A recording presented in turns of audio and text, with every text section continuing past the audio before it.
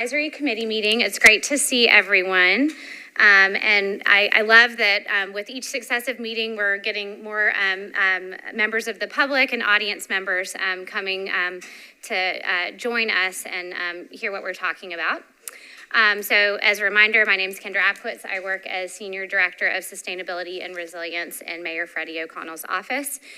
We are recording today's meeting, and so what that means is if you are speaking up, just make sure you're pressing, it's the bottom right button before you speak so that we can capture your remarks. And let's go on ahead and get started.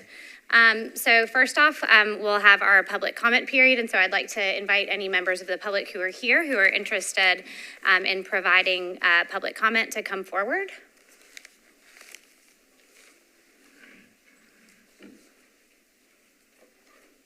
All right, we will move on to our next agenda item. So as you all remember, when we first started talking about what this group might be interested in hearing about and advising on and learning, one of the topics that I think several of you mentioned a great interest in was East Bank development and the Titan Stadium. And so as promised, we're going to spend all of our time tonight on those very topics. And so I'm really grateful to have members of the Titans with us today, as well as some of their partners, as well as our incredible East Bank team. And so first off, we'll start talking about sustainability at Nissan Stadium. And so I will invite up Haley Davidson and Kellen DeCourcy to run through some slides with us. Great, good evening. I'm Haley Davidson. I'm the Chief of Staff of the Tennessee Titans and Nissan Stadium. And thank you so much for your service on the committee and then also for inviting us here today. We are really excited to share with you where we are in our sustainability journey.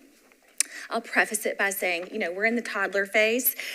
We've brought all of our experts with us here tonight to help answer kind of where we're going and our roadmap, and then also to share some points with you about our design and then also some of our programs that we're starting now. So I also want to say thank you to both Jeffrey and Linda, who have already, unbeknownst to them, have helped us with our sustainability program. So you'll see both of their influences in some of what we're sharing tonight.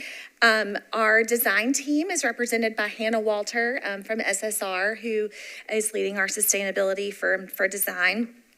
TBA is represented by Dave Adams from Wilmot, and we're so excited to have them. And then WM is our sustainability advisor, and we're really excited to have them on board and here with us tonight too. So I'll give you just an overview. As I mentioned, we're in our toddler stage of our sustainability growth and journey. Tonight, we're going to share our draft principles. These are drafts because we're here also for your feedback. You're the experts. And so, share with us what your thoughts are. Please share how we can improve, our goals. Our team started last year in early 2023. Our CFO put together an internal sustainability committee. And the purpose was really to have each department and our entire organization come together and help align on, what are we doing internally? What are our goals? How do we want to get there? One key thing that we are really trying to do as an organization is to really meet the moment. We are so excited about the new stadium and, what will happen as a result and what will happen on the East Bank. And so we're really charging ourselves to up to the highest standards to really meet the moment. And sustainability has been top of mind. So we'll share our draft principles and would love your feedback. Kellen DeCourcy, our project executive, is going to talk about our design and our process and what our goals are and highlight some of our goals to get to LEED Gold. Construction and demolition, of course, it's a hot topic. It was the first thing that Councilmember Allen mentioned when she walked in and asked the question. So we're excited to share with you an update on that. Roadmap for future operations. That's really a key piece because once we build the building, how will we operate it? And James Arell from our stadium team is here. He has really taken the lead and the charge on how to make these recycling programs, composting programs, and best practices come to life in our current facility and getting prepared for our new facility. And none of this would be possible without purpose-driven partnerships. So from a corporate partner perspective to an advisory partner perspective to community partners, everyone really has a hand in how this will set the stadium up for success. And so we're excited to share that. So here's our draft sustainability statement. We are committed to fostering a sustainable future, reducing our environmental footprint, and amplifying impactful solutions. So we're starting general, we're starting big. And as we go through the slides, at the end, we would love your questions, your presentation. But this is what our internal team, with the help of our advisors, put together. Our mission and in the Titans organization is to win, serve, and entertain. And so as we've thought about our mission, how do we incorporate our mission into what our sustainability principles are? So our win is to reduce energy, water, and waste. To serve, we want to improve the surrounding environment. And then to entertain, we want to amplify and drive sustainable solutions through purpose-driven partners. And with that, I'm going to turn it over to Kellen DeCourcy, our project executive, to talk about the design and construction. All right, good evening, everyone. Thanks for being here, and we're excited to talk to you about the sustainability efforts and initially starting with the design efforts on the stadium. This was an opportunity, obviously, for the Titans to focus on strategies that help reduce the environmental impact of the stadium and also focusing on a long-term effort to create a resilient building with an award-winning design. And also, it was just a special opportunity for us. We know what an exciting moment this is for the city, the state, the community to have a lasting impact. And so we were really focused on that heavily at the outset of the design. It even started the impetus of our passion for sustainability. And as Haley said, helped us start a sustainability committee. So we're really excited on that. So as we started off, obviously through design and focusing on sustainability, we start with LEED, and we are LEED Gold, or shooting for LEED Gold certification. So we're excited about that, and we understand that this building will be the first professional sports venue in the state of Tennessee that is going to be LEED Gold certified. And we also understand that it will also be the first NFL building that will be LEED Gold version 4, which has ratcheted up the standards. So we're excited about that. So we did focus on some things here to highlight on our LEED efforts: energy efficiency and building performance, water efficiency and conservation, our use of sustainable materials, and our site plan, which you can see here on the right-hand side outlined in red is our LEED project boundary that kind of dictates the area that we control within our design that influences our LEED scoring. Oh, sorry.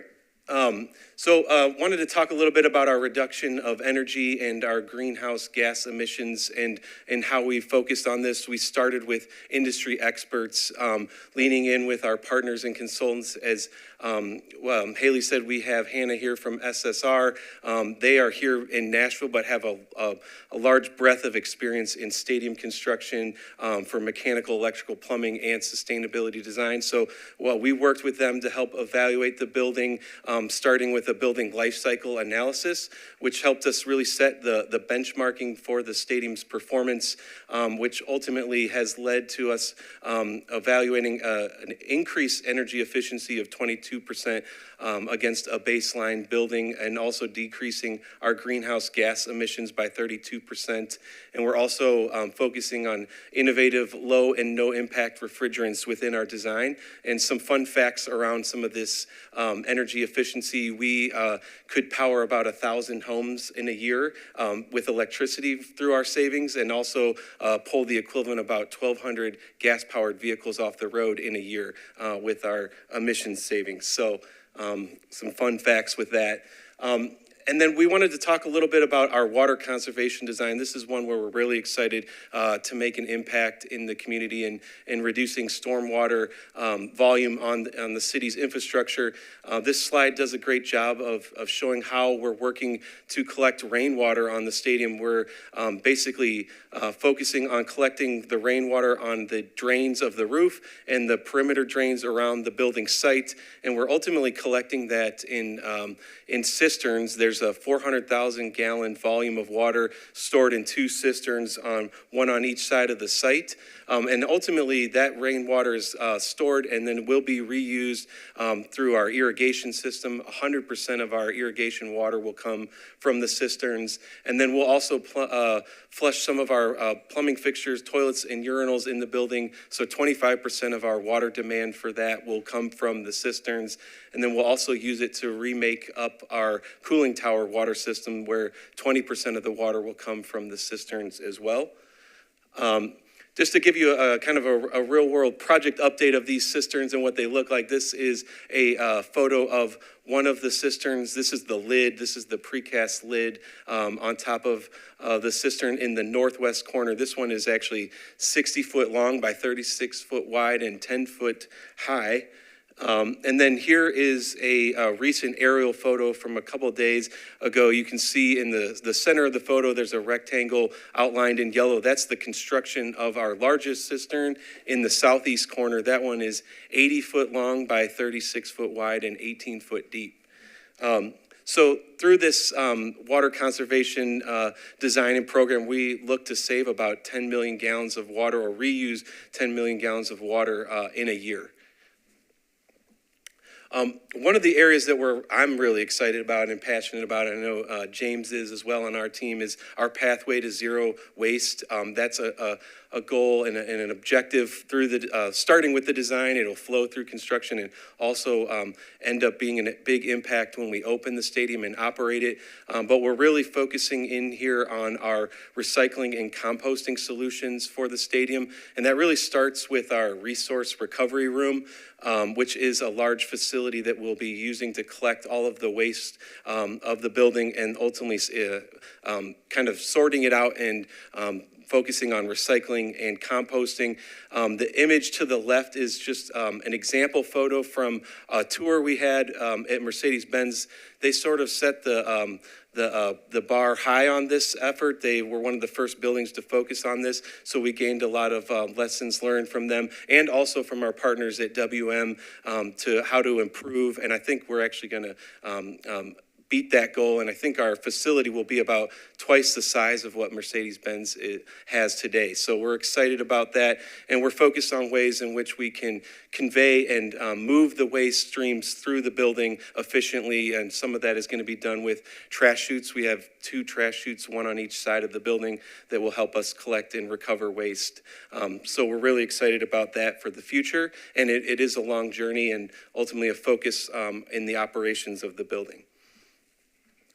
We also wanted to focus in on sustainable materials on the construction of the building, and I'm not sure, how do I play okay, here we go. So this is an aerial image from a couple of weeks ago. The focus of the building, as everybody can see when they drive by, has been the concrete superstructure. This has been an ongoing effort for many months for us, through the foundations and then the concrete columns and elevated slabs. You'll see here they're actually pouring one of the vent level slabs on grades. So this was an opportunity with our large concrete structure to focus on sustainable materials. So we looked at a low impact concrete mix design, which uses recycled materials such as fly ash and recycled glass. So that really does help reduce the carbon footprint effect of the building by reducing cement in our concrete mix design, and also does result in stronger concrete as well. So we're excited about that effort, and concrete work will continue for another 5 months. In about 2 months, we'll hit a new milestone of starting to set steel on the building.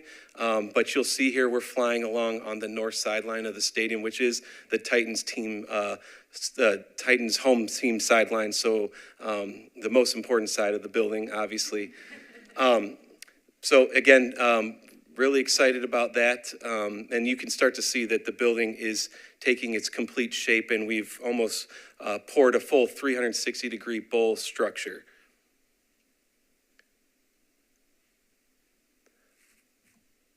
And then transitioning out of design, and then just talking a little bit about what we're doing from a construction and demolition effort, as Haley noted. So on the construction side, we are really focusing in on our construction waste diversion.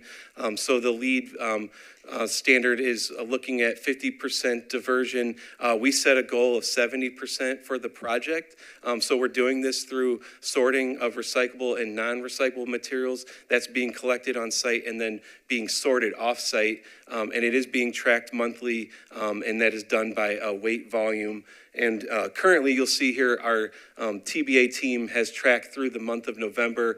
We're currently at well above our 70% goal, and we're at 93.5% diversion, which is above our goal, but we're in a nice phase of concrete recycling, so that helps us a lot.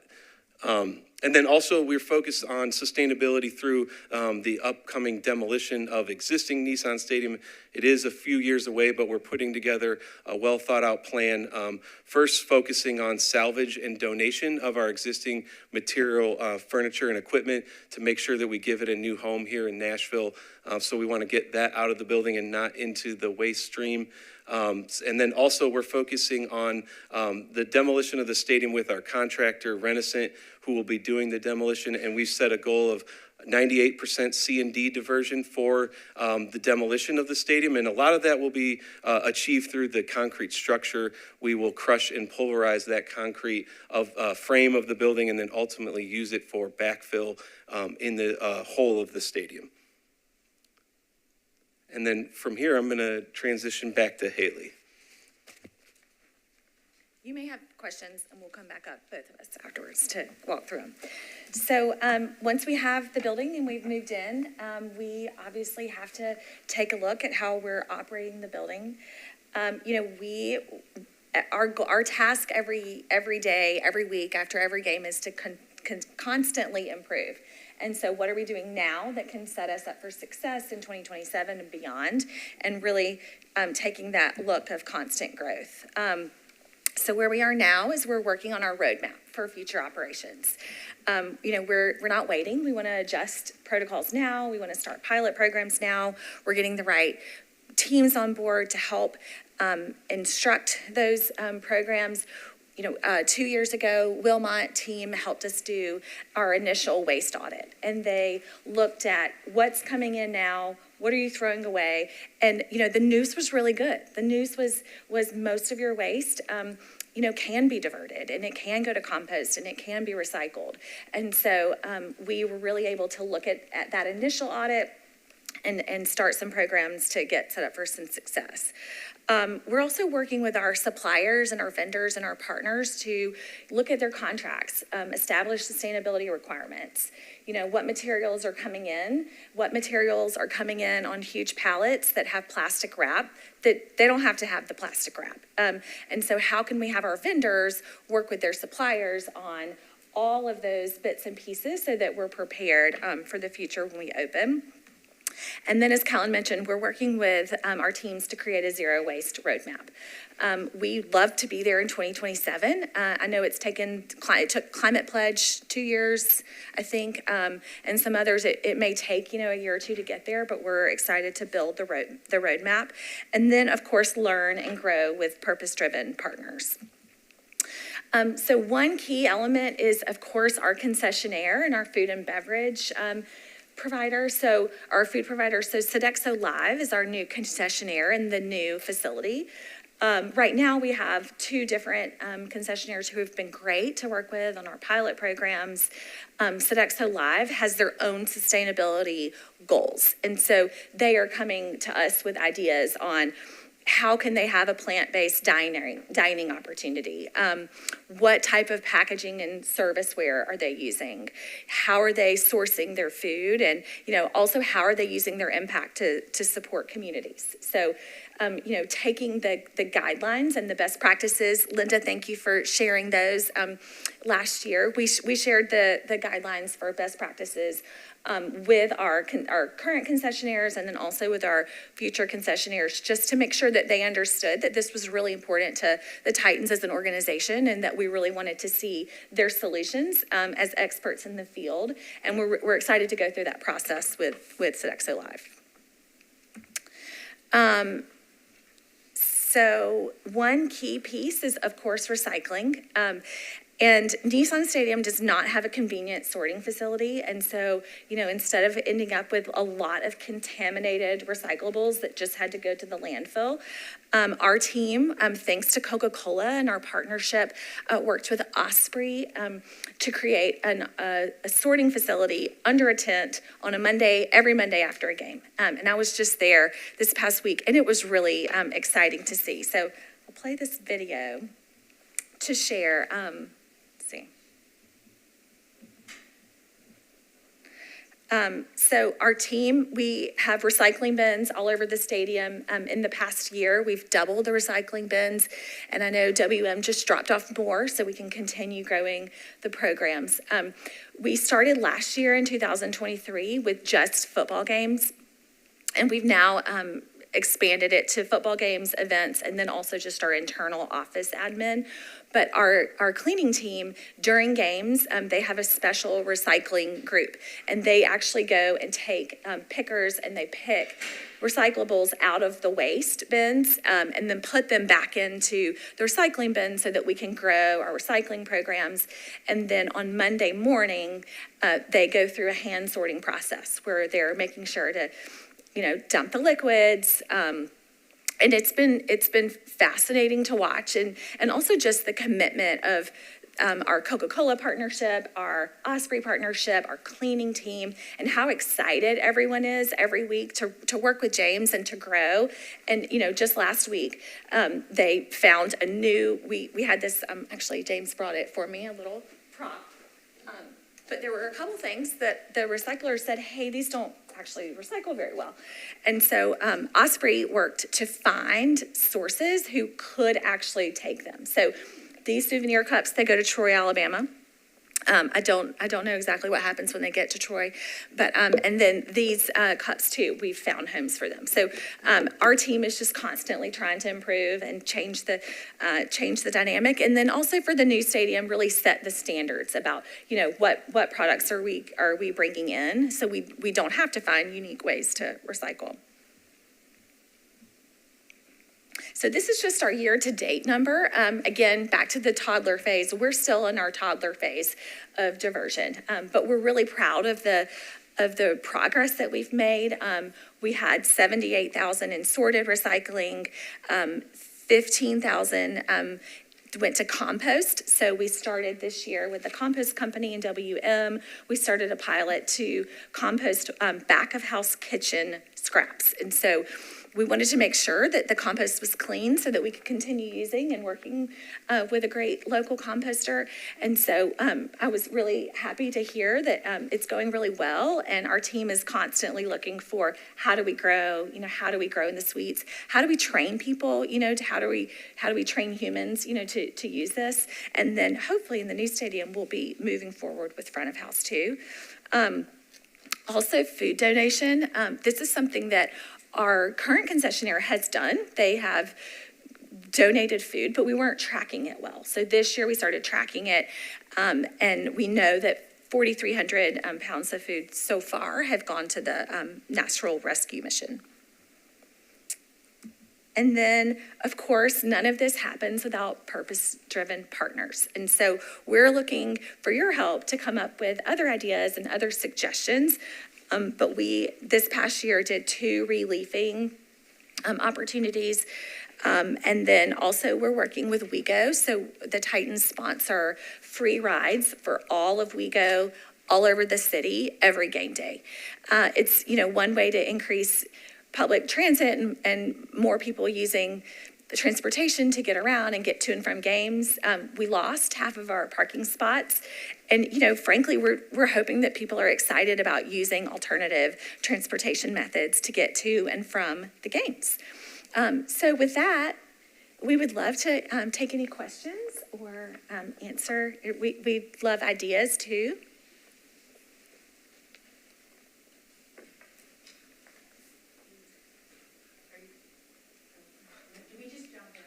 Just jump in. Just remember to unmute. Okay. Okay, I just had a quick nerdy question about the concrete. I'm very excited about that because I'm a nerd. I'm just curious how much you reduce the embodied carbon by putting in those two substitutes. This is You're a where nerd too? I come in at the technical and the nerdy questions. So we worked with our structural engineer, Walter P. Moore, got a really good spec together, and they had targets and global mold potential reductions based on the national ready mix for the region. And so they had specific reductions that were part of the design to hit what's in construction. And so the initial was a 20% reduction for concrete alone. So just the ready mix was 20%. And so that's what we're tracking, and it's continuously tracking through construction. And so as mixes get updated, like the new mix that's got some recycled glass in it, we're tracking it through quantity and impact as we go. And so that at the end of the project, we'll also update the whole building LCA so that you can see the total as-built final. So That is super exciting. yeah, it's Thank very you. exciting. I'm very excited about it. And so far it's going really good. We had a 20% for the concrete alone. And so with the other materials and the structure and envelope, we're hoping to hit a 10% total at least. So That's fantastic. yeah, it's really exciting. Thanks. I'd love to talk later actually about where you source your glass pozzolan, because it's pertinent to my day job. Okay, thanks. Is this, yeah. So I have a lot of minor questions if we have time, but I have a really big picture question that I think is for Haley, because the leadership you're showing here is really exciting to do a gold LEED building. Who drove that? Like, where did that come from? Because I'm always trying to figure out, how do you get other leaders to do this? It came from a couple different places. It's important to our leadership. It's also important to the city. And we really wanted to partner with the city and really take the stadium to meet the moment and really maximize, what can the vision be from a sustainability perspective for this building. It's a city building. And the state also has been great at, all of the advice and, funding and helping. And so we really wanted it to be a building that everyone was proud of, from the ownership of our team to our leadership to the city and the state. So the leadership within the Titans was supportive all the way through. I mean, I am curious about this because we often see that it's one person in the C-suite who drives something. And I was just curious if there were internal champions or... Well, first, it was also a negotiation point with the city. Okay. So it was a commitment that we made too. And our leadership team was like, yes, absolutely. Like that's a really easy one. We really want to do that. Okay. And then I will say we do have a champion on our executive team. Our CFO, Shannon Myers, is really passionate personally about sustainability and put together all of our internal work. And so we have champions on the inside and outside. As well. Well, and just related, and I want to let others ask questions. I'm not sure this is what you meant by amplify, but I am curious about how we can leverage your leadership and whether you have some plan for reaching out to fans on sustainability issues and also your peers at, with other professional sports teams in town. Oh, absolutely. James has already started that work on our peer teams. James has participated in the Green Sports Alliance and went to the meeting last year. And there are also conversations locally that are already happening. Can we recreate something like that here with one of our partners? And then also from, an amplification perspective, we have 1 million people that come through our building every year. And so we want to use our building as an educational platform. We want people to come in. We want people to be excited about the opportunity to recycle. We want them to know that when they throw it into this bin, it's being composted. We're really in the early stages of how that will come to life in the new building, but we're really excited about that type of engagement as well. I have a question, but a similar comment. I may never have Titans employees in front of me, so I've had this again. So I've got to use this opportunity. Don't ask me any football-related score. I've had this idea of we should partner on a food waste educational PSA that's statewide, leveraging players among multiple teams within the city to maybe reach different demographics or parts of Tennessee that traditional like sustainability messaging might not reach. So idea kind of piggybacking off. Would love that. Linda would love to talk more about that, but kind of on that same front, current game day experience, and forgive me, I haven't been to a Titans game this season, but are you all doing any like messaging or video board, like quick blurbs about, sustainability being important to the Titans? Or like, is there any video board messaging ongoing right now about your sustainability? And if not, are there plans? We do have some video board messages. They're actually partnerships with WM, and I think we have a T-Rack dressed up, and he's recycling. What we see is that normally the best messaging standpoint is actually when people go to the trash can and they go to the bin. And so we're really working on how to make that experience kind of cool and like, hey, recycle. What's the messaging that they're seeing when they're like walking up to the bin to know what they're doing and where it's going. But yeah, we're planning to grow that. Kate Guerra on our team is our VP of corporate comms, and I know this is something that has been on her radar as well.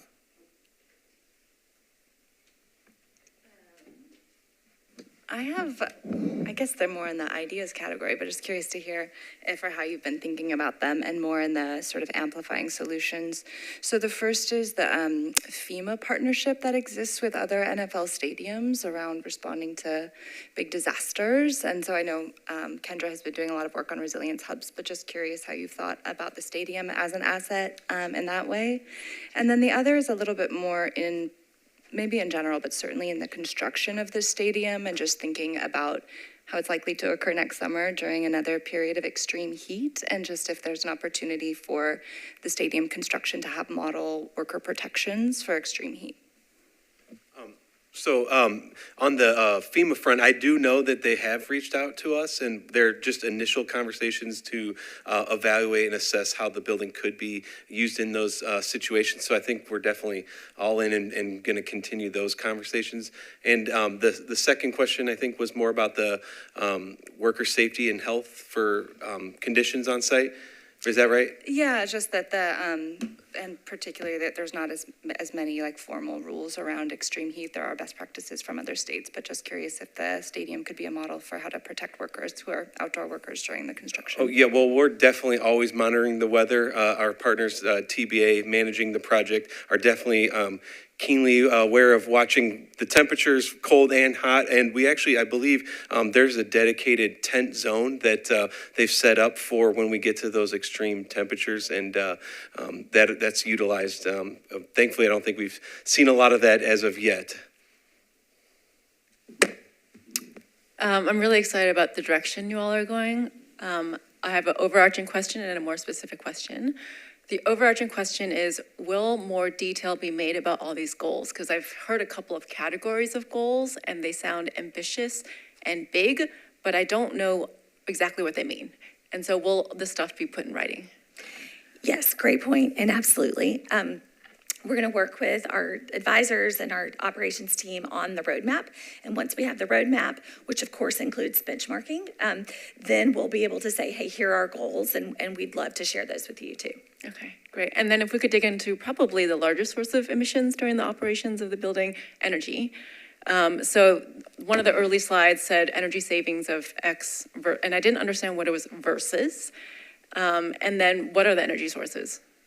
Right, so the project has electricity and natural gas. We have a central plant on the property and on the site, so we will be, that is going to be third-party managed, but we've modeled it. It's very efficient in terms of that. The reductions that were mentioned are based on a ASHRAE 2016, ASHRAE 90.1 2016 baseline, which is the current energy code that we're under. And so that's the reference that we're using for the comparisons and the analysis that were on the slides. I don't, what does that mean, 2016? So it's based on the IECC 2018, which is the International Energy Conservation Code. So it's like the local energy code for Nashville Metro is currently the 2018 version. So is it like a comparable building size? Yes, it's a in comparable Nash- building that if, so we do a virtual energy model for comparison, which looks at the entire year over the course of 87, 60 hours. It runs all the different parts of the building, like the lights, the ventilation, HVAC system, the receptacles, the large amounts of process loads that we have in a facility like this. And it looks at over the course of the year and it compares it to, say, a bare minimum code prescriptive building as your base. And that's what it's comparing to. And so our building is at least 22% more energy efficient than that just code. Okay. Have there been any conversations to talk about behind the meter, like solar or anything like that? Renewable energy? Well, yeah, we have talked a lot about solar. Unfortunately, we couldn't put that on the roof just from a weight load perspective, but we are exploring that.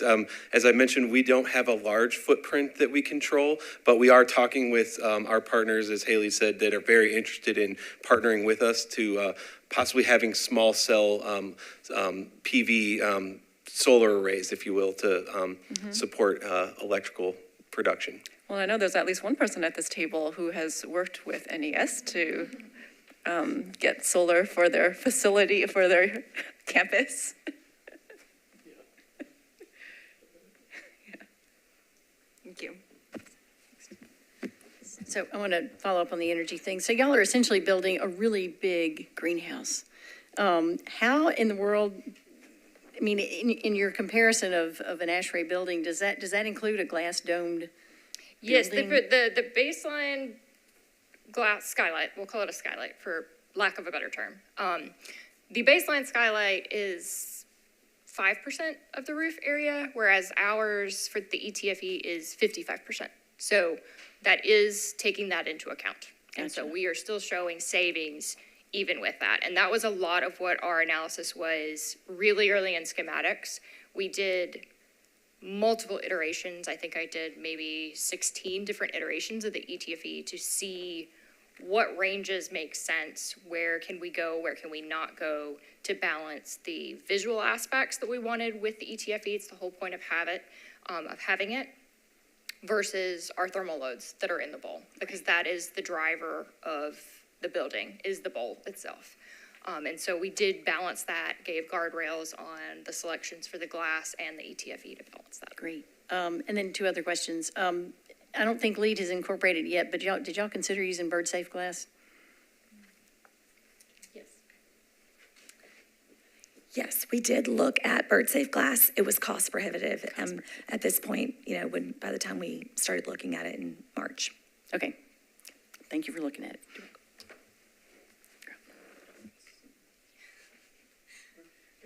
I love y'all are going. So organized. Great. Cesar Castro from Vanderbilt University. Just a few questions. Just 1 second. The need for benchmarks would be useful to compare what we're looking at. And I was just curious why you didn't choose to go for LEED version 5 instead of 4.1, given that's coming up in February, I believe.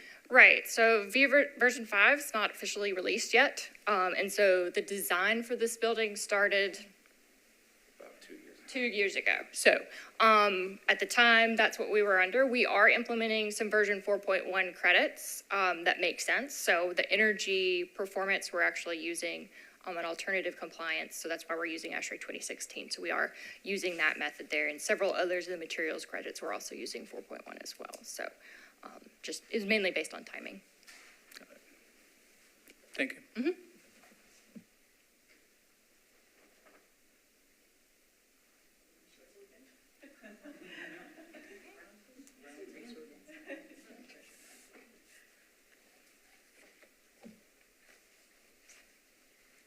All right, well, thank you, everyone, for that awesome presentation. I know I learned new things and, again, echo some of the compliments from the committee about excitement for the leadership you all are taking. I also wrote down a new term that I'm going to use at cocktail parties, because I go to so many of those, concrete superstructure. And so I'm excited about that. So we are now going to transition to our conversation about the rest of the East Bank District. And so look forward to hearing more from our East Bank team. So I'll invite up Bob Mendez, and I know he's joined by his team members, Anna Grider and Ben York. Thanks, Kendra. Yeah. Good afternoon, everybody. I'm Bob Mendez. I work in the mayor's office as Chief Development Officer.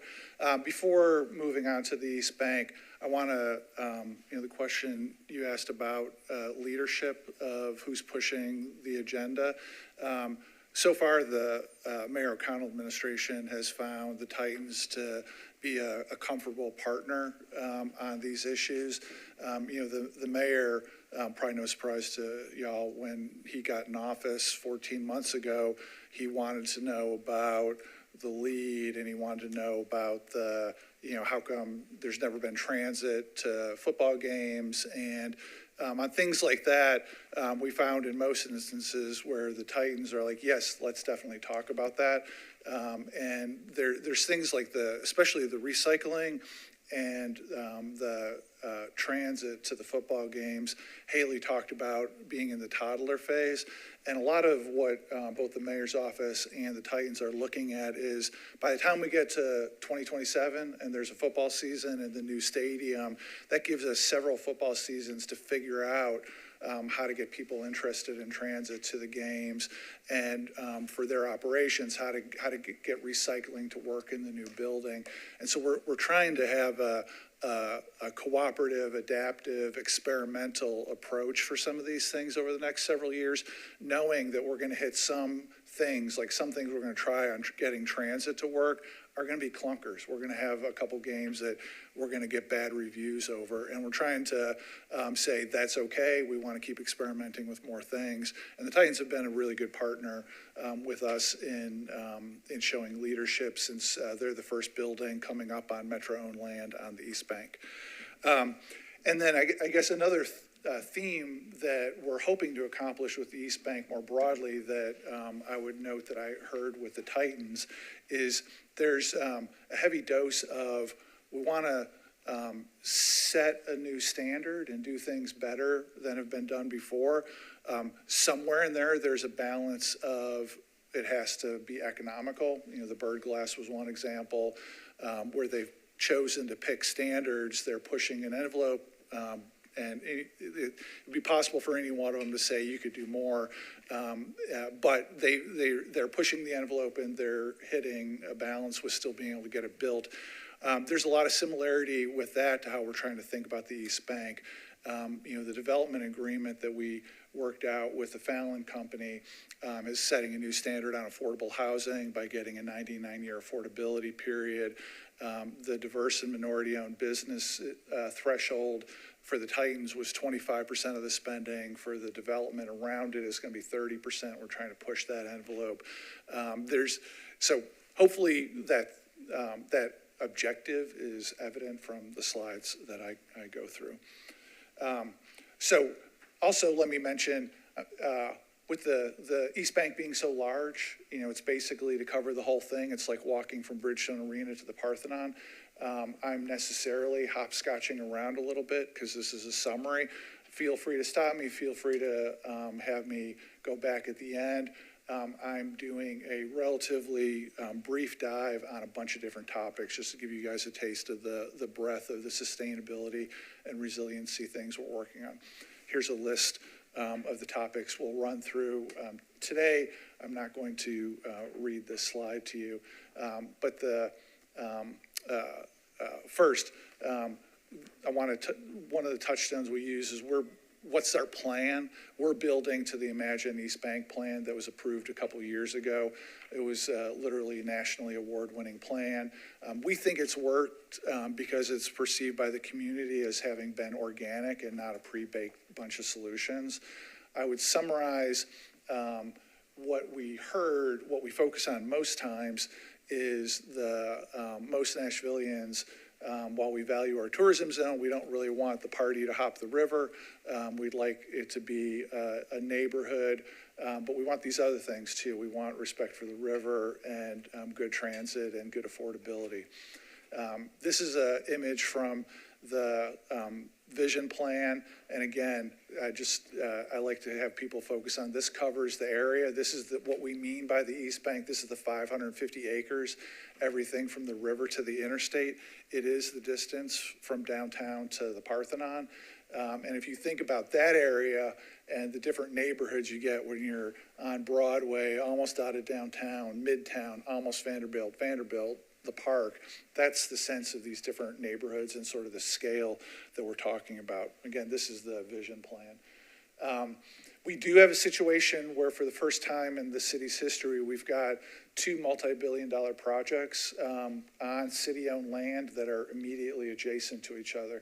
So when Kellen talked about being land constricted, his project is land constricted by Metro-owned property on either side. What are shown as the purple parcels here. In addition to Metro's two multi-billion-dollar projects, that orange parcel is privately owned. Station East, the former truck stop, they've publicly stated that they see over $2 billion worth of development there. And if you toss in Oracle, and if the scrapyard sells up and down the East Bank, there may be as many as 5 multi-billion-dollar projects in some stage of planning. And so the resilience and sustainability challenges are significant with that much development. Again, this is the East Bank today, 550 acres. Metro owns 130 acres in the middle between the KVB bridge and the Woodland Street Bridge. Any conversation about sustainability on our end starts with the flooding. Everybody knows in 2010 it was largely underwater. Before TVA dams were in place, the East Bank went underwater in one degree or another every handful of years to decade. So it is really important that we understand what we think is happening on the East Bank. And I'm going to go ahead and apologize that I haven't totally memorized my slides, so I might have to skip around a little bit here. And I'm going to peek 2 slides ahead. All right. Thanks for indulging me with that. We have gone into deep detail with the U.S. Army Corps of Engineers, who is in charge of this navigable river, to understand the modeling of what happens when it floods. And we understand from the Corps of Engineers that when the river is at either the 100-year level or the 500-year level, depending on which one it is, 98 to 99% of the water stays in the main channel. The topography of the river is that it is a deep drop off the bank, and that's where most of the water is. And so even when the 2010 flood was going on, there was less than 2% of the flow of the river was going through the East Bank. We do understand from the Corps that if we'd had 3 days of 5 inches of rain per day instead of 2, and it rained another 5 inches or another 10 inches on the East Bank, the water would not have gone higher on the East Bank. The water would have spread out further inland. And if you look at 200 years worth of flood data, the 2010 flood is just shy of the maximum recorded height. So we think we've got some confidence that we know how high the water is capable of going on the East Bank. Due to topography, water would spread out further.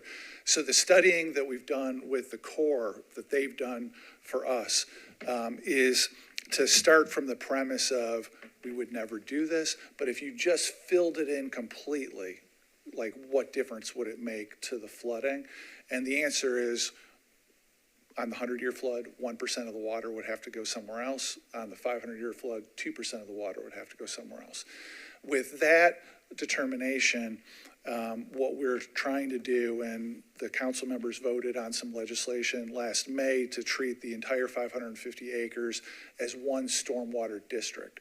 So instead of looking at every individual parcel, we're looking at the 550 acres, and we want to preserve the total water storage capacity of the 550 acres. And we think that we can do that, and we've got statutory authority, thanks to the council, to be able to treat it together. So why is that important? For the large campuses like Metro-owned land and what Oracle owns and probably the scrapyard too, we would be able to, those individual property owners would be able to cut and fill on site to basically move dirt around and not impact water storage on their own property at all. But smaller property owners, like we find between Woodland and Jefferson Street, would not be able to handle that on their own property. If they're particularly landlocked, they're not going to be able to cut and fill on their own property. And so we'll have the ability, the city will, thanks to legislation passed earlier this year, to treat the 550 acres in totality with the goal of not impacting the overall water storage capacity of the East Bank. This is now the deepest public explanation we've provided of this because you guys are interested in this topic. But this is a thing that is like item 0 on the to-do list on the East Bank to make sure that we've done everything we can to deal with the potential for flooding. There's other people on my team that could be better at this, but it's going to be a combination of having river layback. A lot of the green space will be lower elevation, so green space could double as water storage capacity space. And then this next slide shows places where we expect there to be layback areas that will help maintain the overall water storage capacity of the East Bank. Yeah, I understand. I've learned terms over the last year. Cut and fill is a process that is, we need the approval of the Corps of Engineers to do. But they will allow it if you're maintaining the overall water storage capacity.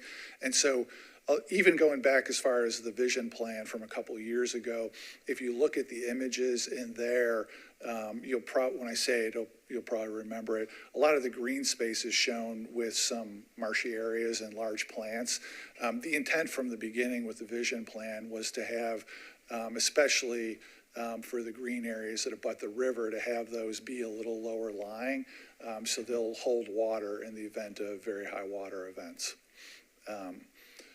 So that is a summary. Let me talk a little bit about roads. The city typically requires all roads to be at least 1 foot above the 100-year flood level. And for commercial buildings, the first finished floor is required to be 1 foot above the 100-year flood level. The Corps of Engineers is in the middle of changing the 1% flood level on the East Bank. Today, it's 416 feet.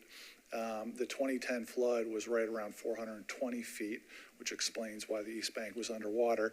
The Corps is changing, they've got a preliminary recommendation out where they're changing the 1% flood levels for the entire county, streams as well as the Cumberland. And this is at the speed of the federal government. This is in response to the flood 14 and a half years ago. And that's how much technical work they do into it. We believe that the 1% flood level on the East Bank, based on the preliminary recommendation, will go up 2.5 to 3 feet to 418 something or 419, which would push road levels and first finished floor levels up around 420. In the history of Metro, whenever a preliminary recommendation comes out from the Corps, it's typically been inches, not feet. We go ahead and adopt it because every time there's been a preliminary recommendation, it becomes final, it goes to FEMA, it becomes the basis of financing and insurance. So we let all the major players, property owners on the East Bank, know at the beginning of this year that based on the preliminary recommendation, we were going to go ahead and require roads and first finished floors to be the 1 foot above the higher number, and basically told everybody, between all y'all, you've hired every civil engineer within 500 miles of here. Like, if somebody's got a beef about this, like, tell us now, because we're going to do it. And so that's been the ground rules for anybody who's planning something on the East Bank, is to figure on the higher level, which we think will help with safety as well. This is flood level stuff that I just talked about. This is the showing you all the waters in the channel. I really should read slides before I do things like this. This one is, you know, the nerding. The Corps of Engineers got a big old report, and that shows how deep the river goes right off the bank and where most of the water goes. It stays in the channel.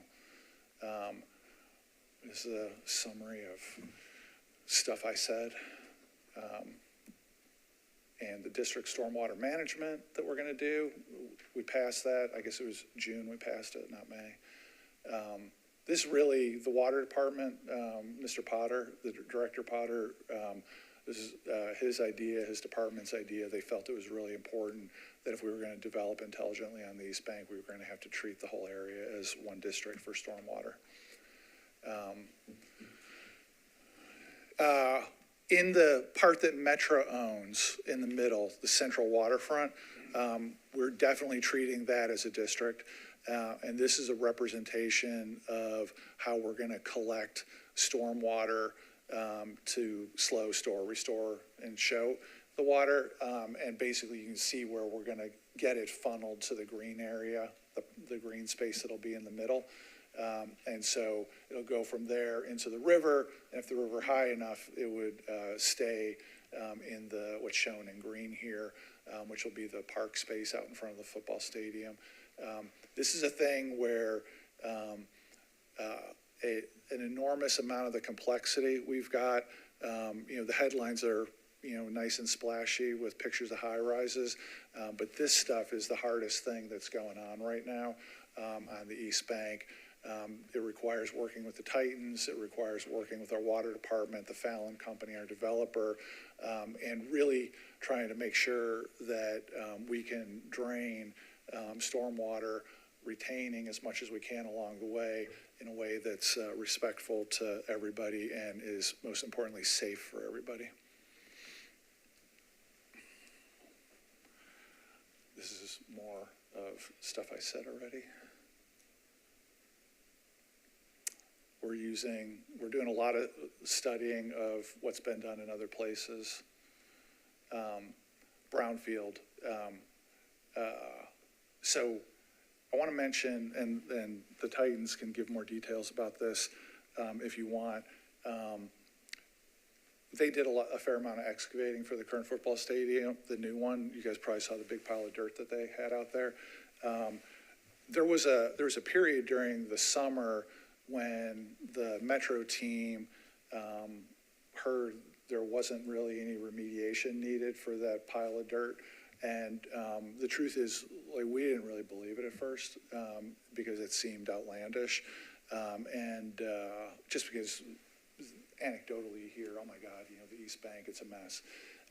And we sent the sports authorities construction manager that we've hired to represent Metro's interest out to physically look at the test results for the dirt they've excavated. And we believe them, but we felt like we should check ourselves and found that none of the dirt that they excavated needed remediation. That which was safe enough to be in your backyard, it's got a technical name, but there's a standard that's basically safe enough for your backyard. That's been shipped off site. And anything that's at the next level where it's not as clean as that, but doesn't require remediation is staying on site for backfill for the stadium. Did I get that about right? Yep. And so we're expecting, after having talked to some folks that were involved in the construction of the current football stadium and the surrounding parking lots, we're expecting that on Metro-owned land for the rest of the parking lots, we're expecting a similar circumstance with what we find under there. Obviously, we're going to test it as aggressively as we can, and we have started with the state to be able to treat the entire 130 acres we have as one parcel and make sure that anything that we find can be addressed appropriately. But we're hopeful that we find the same level of no problems that the Titans found. There's a state program called Voluntary Cleanup and Assistance Oversight Program, VOAP, that again lets us treat it as a district and limits Metro's liability if we follow the technical rules for that. We're in the program for all of Metro-owned land. And we've got what's called a BRAG grant that'll help us with some of the testing. And again, we'll aggressively test what we find there. Complete streets. I know I'm hopping around, but there's a lot to cover. Complete streets. One of the things that animates our motivation is that for as long as any of us have been in Nashville, when there's a discussion about, gee, what do we do about traffic downtown? What do we do about mass transit downtown?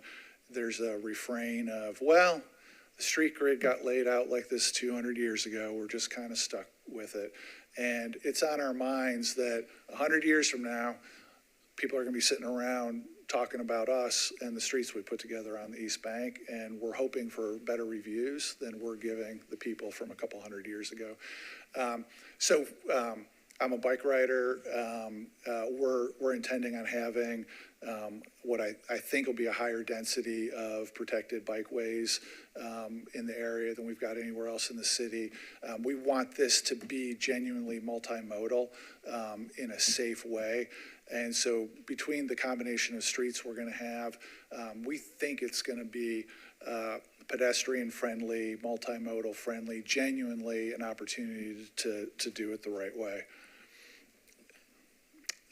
There's also going to be a fair amount of open space and greenways. Part of that is the resilience. Part of it is making sure that people can get around the East Bank without necessarily going on a street if they don't want to. They can be able to walk on open space and greenways that are just off the street or along the riverfront.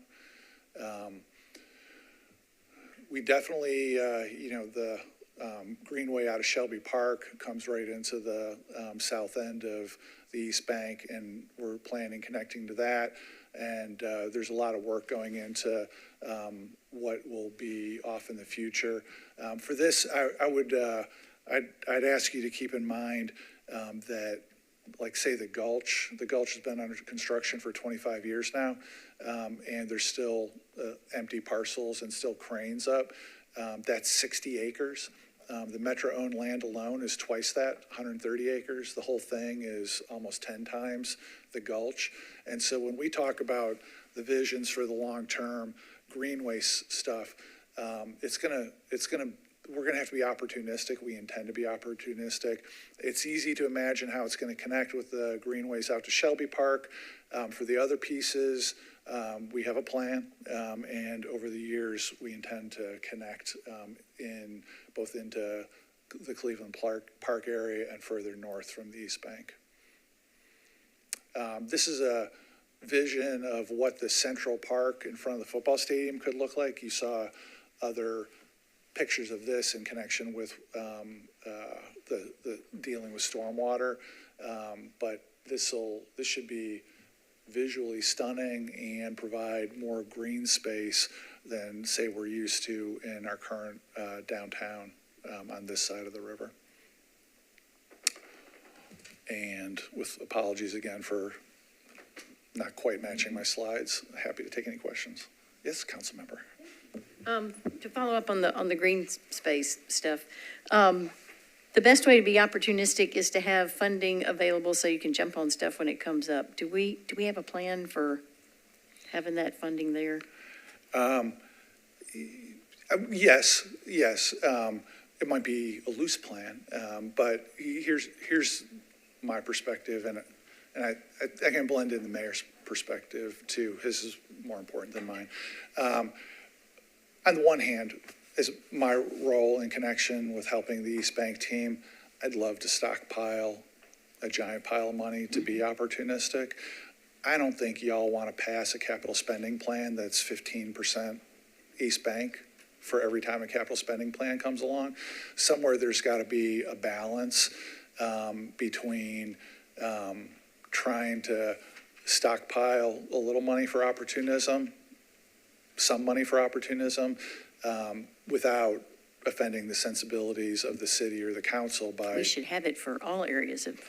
Well, This could be the leader. I think you all are going to have an opportunity to vote on a tax rate next year, and so you all should think about that. As far as funding, we're also at the front end of this. The capital improvements budget, which a lot of you know how this works, so maybe for viewers, we've got a capital improvements budget, which is got billions and billions of dollars worth of stuff that a project has to be in that thing to be eligible for actually spending money on. And then we'll have capital spending plans, CSPs, that are things we're actually spending money on. So in terms of the CIB, things that are eligible, there's tons and tons and tons and tons of projects in the CIB that are there, and we intend to definitely stay ahead of making sure we'll never be caught like, oh, darn, it's not in the CIB. I don't think we're ever going to be caught on that. When it comes to CSP, the actual spending, it's hard for, you guys are going to vote on a capital spending plan next week. It's hard to go and say, oh, there's $15 million in here that's really for nothing now in the next year, but we need it in case something comes up. I think that would be a tough pitch. So the balance we're trying to hit is the CSP is going to be real spending that we really need. When we ask for it in the capital spending plan, we mean it. We think we need it in the next 12 months, but we're going to have the capital improvements budget loaded so we can move quickly on that. I hope that helps. Can we talk about the process, the demolition process, the construction process, and especially with the developer? What sustainability capabilities do they have? Are you working with other sustainability advisors?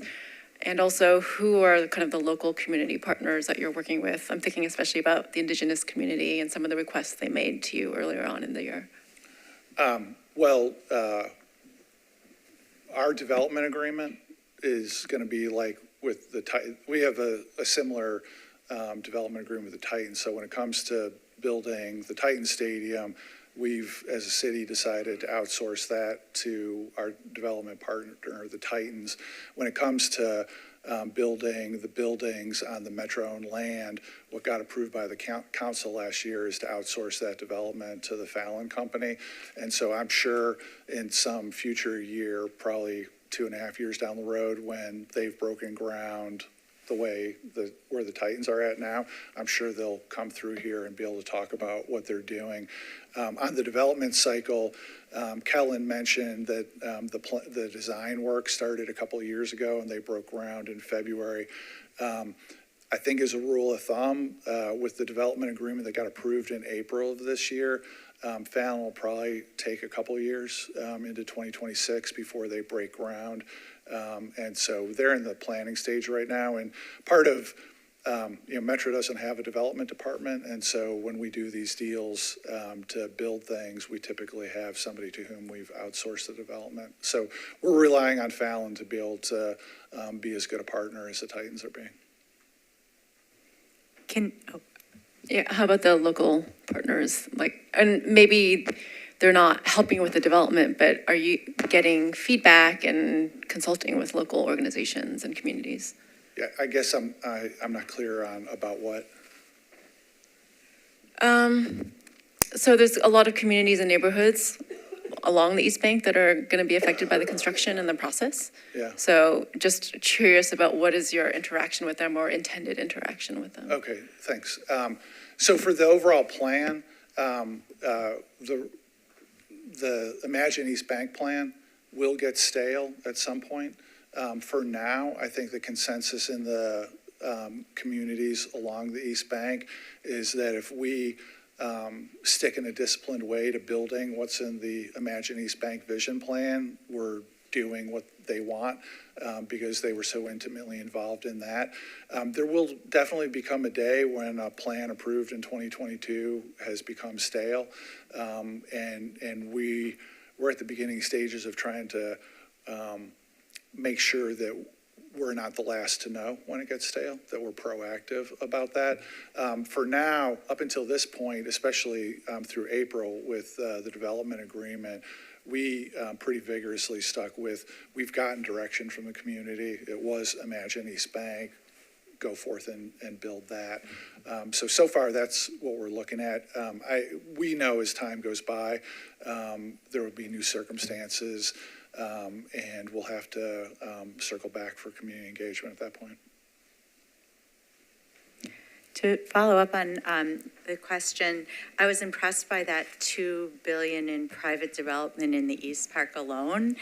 Can you talk a little bit about what Metro can require or not require of private developers in this area? And, I just wanted to also highlight that the climate adaptation plan for the city talks about protecting and preserving nature for future generations, and curious how you've done a crosswalk. It sounds like you're accounting for nature in a lot of different ways, but I am just relatedly curious about how this is interfacing with the adaptation and resilience plan, but particularly interested in what we can expect of private developers within current parameters. Yeah, just to start with that last part, in a lot of ways, for the 130 acres that's Metro owned, we figure, I don't want to be brash about it, but we can't help but do better than asphalt parking lots with a couple hundred trees in linear rows between rows of parking.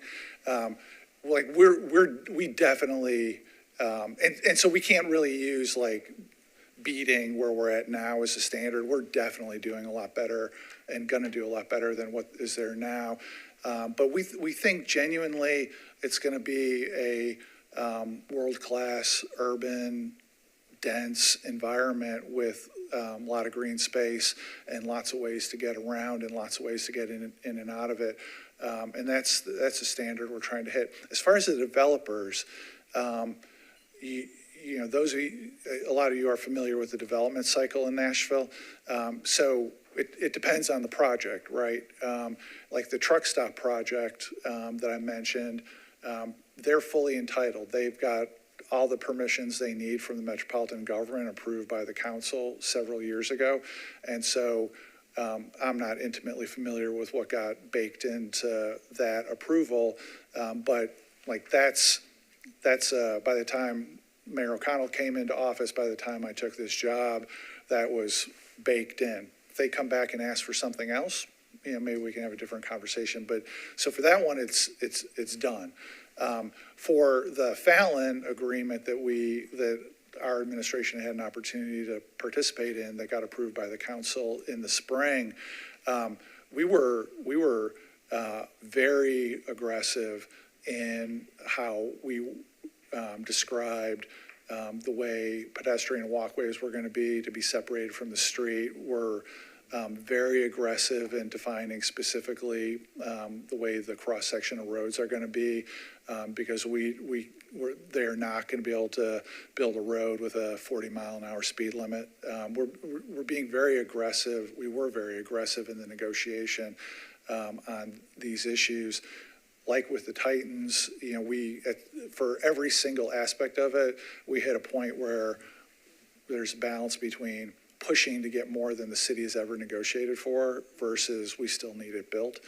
We think across the board we've negotiated a set of things with the Fallon Company that is more aggressive from a sustainability and walkability and mobility point of view than Metro's ever had before. I've already let Fallon Company know that if we get 5 years down the road and they bid on another 30 acres when we eventually do an RFP, I said it nicely, but I said that this is the best deal for you you're ever going to get, like the next ones. Because this first one, there's some risk for everybody. It only gets better for Metro going forward. And I think people who are developing things on the East Bank know that the standards don't get any looser than what the Titans have to deal with or what Fallon's got to deal with. They only get better for Metro as time goes on, is what we'd like to think. All right, thank you. And, it's just disappointing when you go up and down West End and Broadway and you see the buildings right up against the road with like a measly little tree. And so it's just an opportunity for the land that's going to be developed down the road, to see if we can keep more nature. So Anna Greider doesn't like it when I say this, but with her having been involved intimately with the vision plan, I view her, along with Ben, as sort of the spiritual soul of what we're trying to do. And I know I love that there is a spiritual soul to the development, and Anna can be a lot more eloquent about this topic than I could ever be. So I'm going to let Anna talk about it. Thanks. Thank you. Hi, everyone. Anna Greider. I'm with the Planning Department and the East Bank team, and really appreciate all the questions and your engagement in this, and glad we've had the opportunity to come and talk about just to, scratch the surface on these topics. And the things that you're talking about are really important as well to a planner and to how streets feel as pedestrians, as cyclists, as people on scooters. And so all of our cross sections for streets have been developed so that they can be as green as possible. So where we can have bioswales and tree wells that actually are big enough and deep enough to allow trees to thrive, we're doing that. Bob already kind of went through how in the vision plan, we looked at some things in much more technical detail than we might do in a typical planning study. And so we hired Sherwood engineers, who are internationally working engineering firm in flood-prone areas.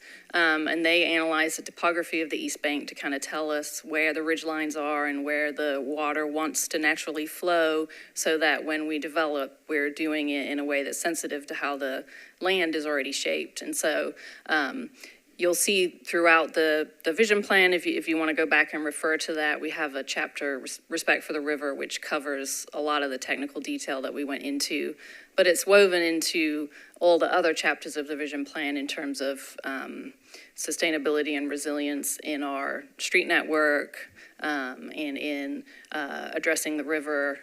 So I hope that's good. That's really helpful. And I may reach out to you separately, because I'm seeing sort of a trend now of also incorporating wildlife welfare into planning efforts. And since you're right on the river, which has, been home to a lot of wildlife, right? Just trying to design in a way that accounts for that, which sounds like you're already thinking about, but I may reach out to you separately, just send you that report that I thought was really interesting. Please do, yeah. Thank you.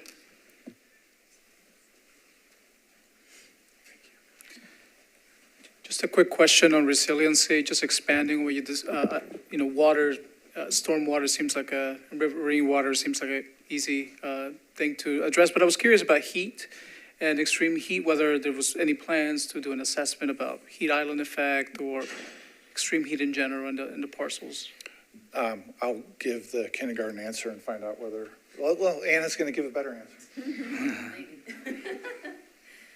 No, that's a great point, and we haven't touched on that today. The urban heat island effect and the impact of what we want to create on the East Bank. Again, as Bob mentioned, the fact that it's asphalt and industrial buildings now gives us an advantage and an opportunity to improve the urban heat island effect. But it's something we want to look into further in terms of building materials and what's on the surface.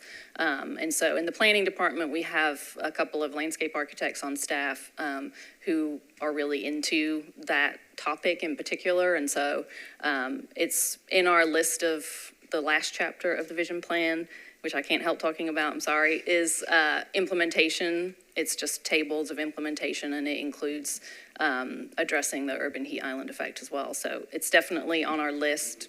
We just haven't touched on it in as much detail just yet. Make sure to talk to Jennifer Westerholm and Kendra Apkowitz about, there's so many wonderful tools out there now. Google has a wonderful tool on calculating rooftop generation of heat, et cetera. So the tools are getting better and better. Yeah.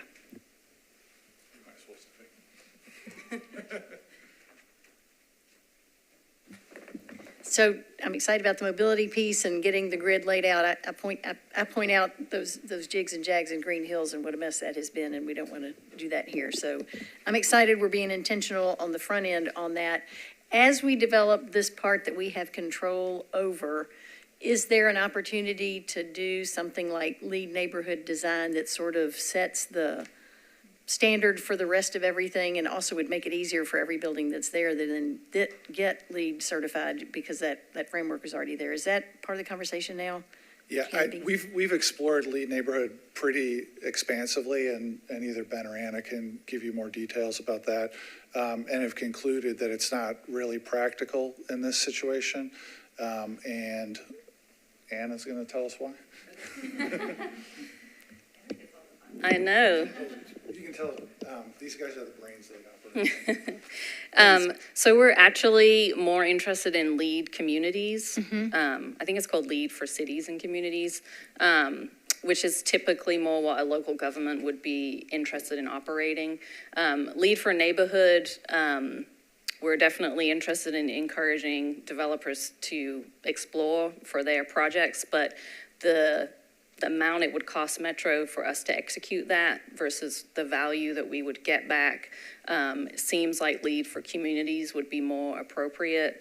It's typically operated either by a local government or, for example, a business improvement district, which, you know, we hope the East Bank is heading towards entities like bids to maintain park spaces and greenways and hopefully, you know, would be able to administer a LEED for Communities program. So Gotcha. I think it's a newer LEED program, so we're still kind of like learning about it and what would be appropriate and if it is the right fit. But we're at the beginning of, you know, developing the East Bank, so it seems like, you know, we should look at all the opportunities. Another thing that me and some fellow planners just got certified in is WEDGE, Waterfront Edge Design Guidelines. So that is also really helpful because Metro owns much of the riverbank and can work on the design and ecology and the nature of our riverbank and really thinking about what that feels like for the city. So there's a lot of certifications and opportunities out there, but I think that's more headed towards communities than neighborhood, which is typically like building by building. And so that continues to stay part of the conversation? Yes, then, intentionally? Yes. Okay.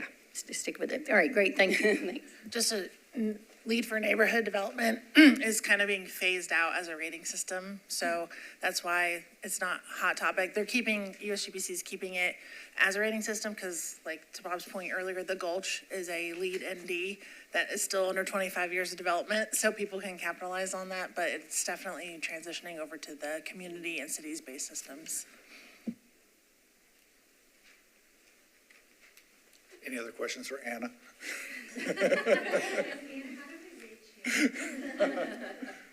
I'll get with you after the meeting. Thank you, everybody. Thank you, Bob and Anna and Ben. And just a quick note on lead for communities.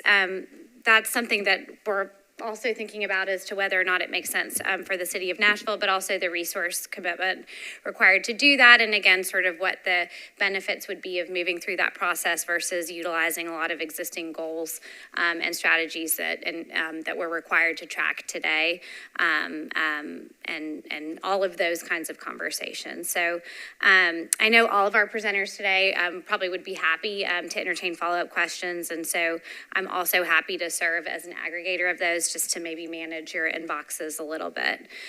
So I know we're really close on time, but did, as I have been doing in prior meetings, want to preserve a little bit of time and space to give you all some brief updates. And so it's super duper short this time since we did have an ad hoc meeting in November, but wanted to highlight a few things that have come up really in the last 4 weeks, which is kind of crazy to think about. So the first is that even though we may not have talked about it this way in any press releases that you all have heard or seen, the proposed capital spending plan that will be going in front of council does have some significant sustainability and resilience elements.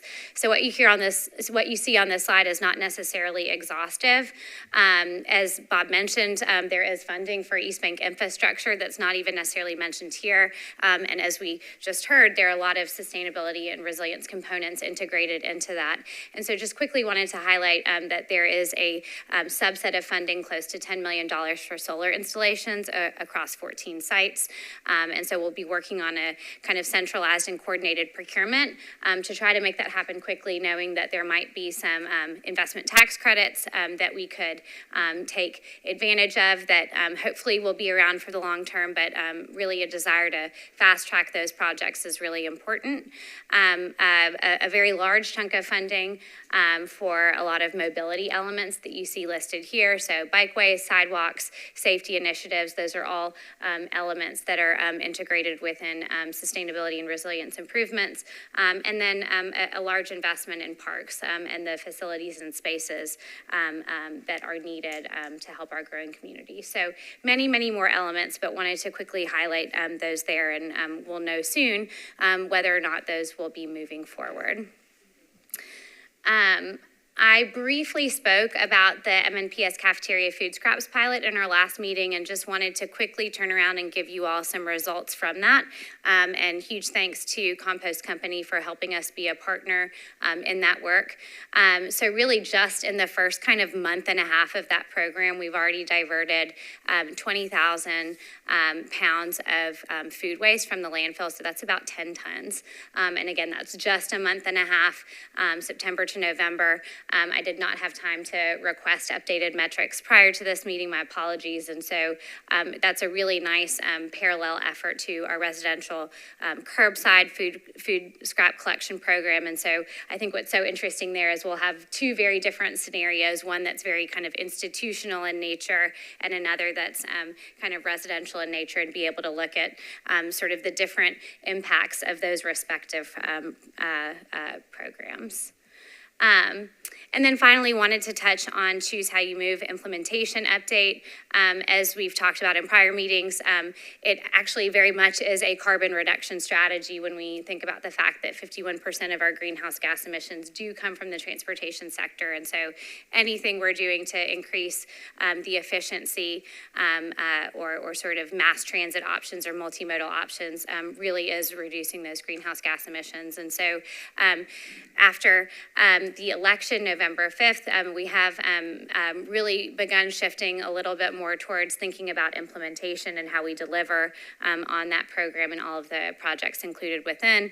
And so council has adopted a resolution that describes intent to establish an advisory board for the entirety of that program. So that is sort of the next iteration and phase of our technical and community advisory committees, again, intended to really represent the public's interests as we move forward. As sort of an umbrella advisory group across the entire program. So there will be a variety of project-specific engagements as well, but this is intended to be kind of that large, high-scale advisory group. So more to come on that here in the near future. We recently closed the advertisement for the Choose How You Move Chief Program Officer. So this is a chief-level position that would report directly to the mayor in the mayor's office. They will have a small but mighty team eventually, not from day one. And we recognize that they're going to be coordinating very closely with our different departments who will be responsible for implementing aspects of the program as well as inheriting operation and long-term management of that infrastructure. And so we've actually already started the process of reviewing those applications and we'll be engaging in various rounds of vetting and interviewing. So we're looking at multiple virtual interviews as well as a multi-day in-person site visit where they're getting to do individual interviews with different departments, but then also leaders and staff who were really involved in crafting the Choose How You Move program, and then site visits across the city.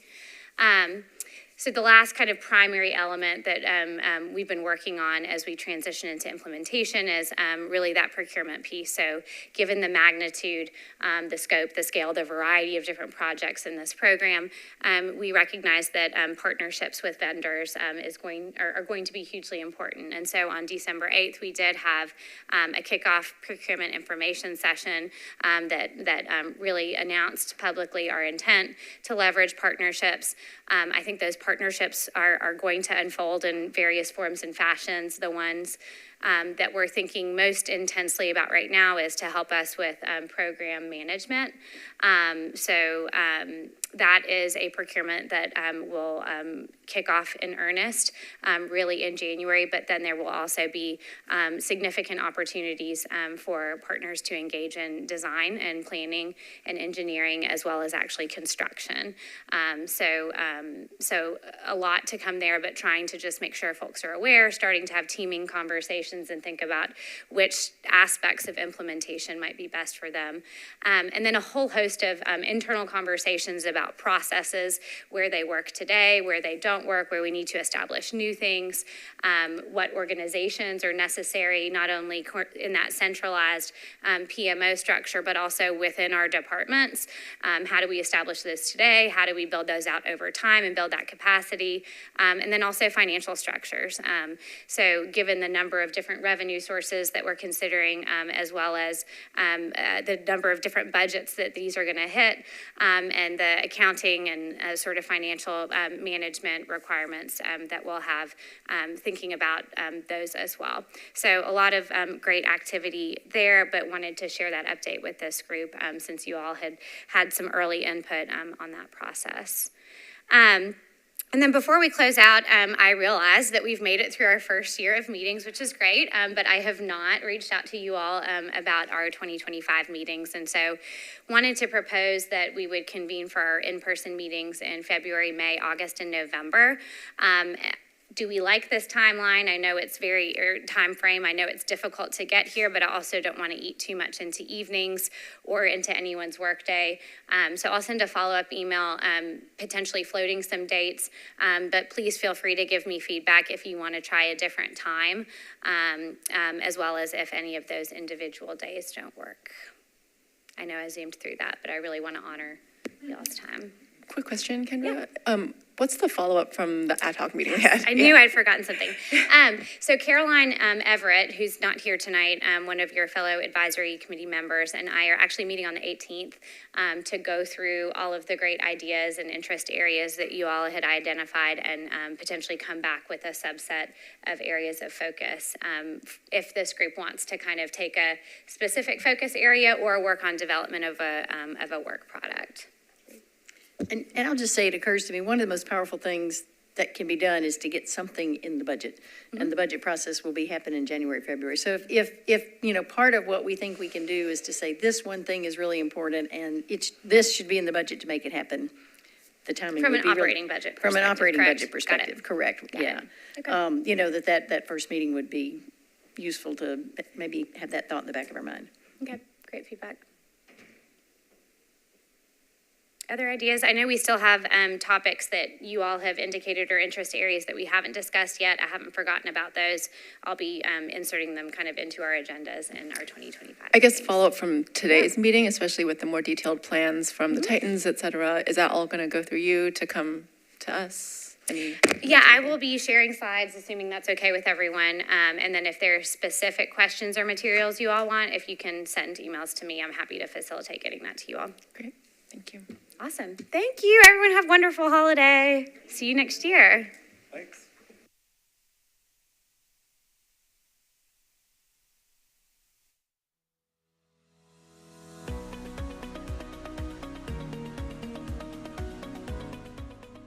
This has been a service of the Metro Nashville Network. If you would like to see this presentation again, or for more information on this and other programs, visit nashville.gov.